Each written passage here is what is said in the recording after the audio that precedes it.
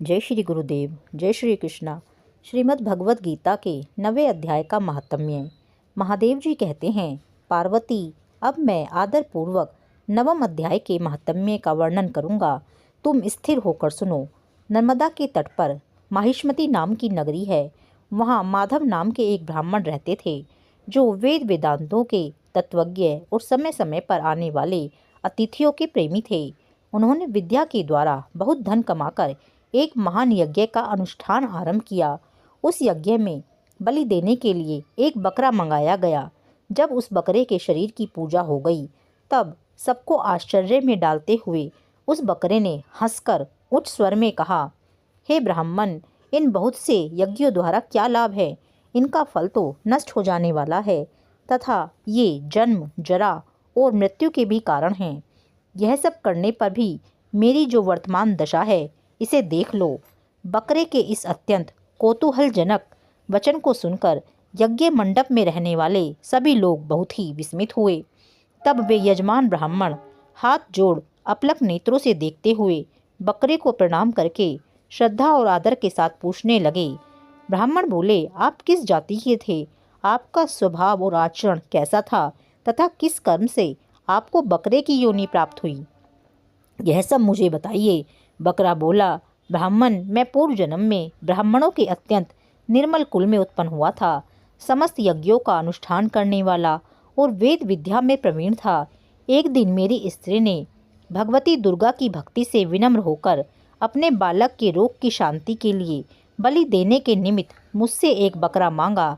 तत्पश्चात जब चंडिका के मंदिर में वह बकरा मारा जाने लगा, उस समय उसकी माता ने मुझे श्राप दिया, ओ ब्राह्मणों में नीच पापी, तू मेरे बच्चे का वध करना चाहता है, इसीलिए तू भी बकरे की योनि में जन्म लेगा। द्विजश्रेष्ठ, तब कालवश मृत्यु को प्राप्त होकर मैं बकरा हुआ। यद्यपि मैं पशु योनि में पड़ा हूँ, तो भी मुझे अपने पूर्व जन्मों का स्मरण बना हुआ है। ब्राह्मण, यदि आप सुनने की उत्कंठा रखते हों, तो मैं एक और भी आश्चर्य की बात बताता हूँ। कुरुक्षेत्र नाम का एक नगर है, जो मोक्ष प्रदान करने वाला है। वहाँ चंद्र शर्मा नामक एक सूर्यवंशी राजा राज्य करते थे। एक समय जबकि सूर्य ग्रहण लगा था, राजा ने बड़ी श्रद्धा के साथ काल पुरुष का दान करने की तैयारी की थी। उन्होंने वेद वेदांगों के पारगामी एक विद्वान ब्राह्मण को बुलवाया और पुरोहित के साथ वे तीर्थ के पावन जल से स्नान करने को चले। तीर्थ के पास पहुंचकर राजा ने स्नान किया और 2 वस्त्र धारण किए। फिर पवित्र एवं प्रसन्नचित होकर उन्होंने श्वेत चंदन लगाया और बगल में खड़े हुए पुरोहित का हाथ पकड़कर तत्कालोचित मनुष्यों से घिरे हुए अपने स्थान पर लौट आए। आने पर राजा ने यथोचित विधि से भक्ति पूर्वक ब्राह्मण को काल पुरुष का दान किया। तब काल पुरुष का हृदय चीरकर उसमें से एक पापात्मा चांडाल प्रकट हुआ। फिर थोड़ी देर के बाद निंदा भी चांडाली का रूप धारण करके काल पुरुष के शरीर से निकली और ब्राह्मण के पास आ गई। इस प्रकार चांडालों की वह जोड़ी आंखें लाल किए निकली और ब्राह्मण के शरीर में हठात प्रवेश करने लगी। ब्राह्मण मन ही मन गीता के 9वें अध्याय का जाप करते थे और राजा चुपचाप यह सब कौतुक देखने लगे।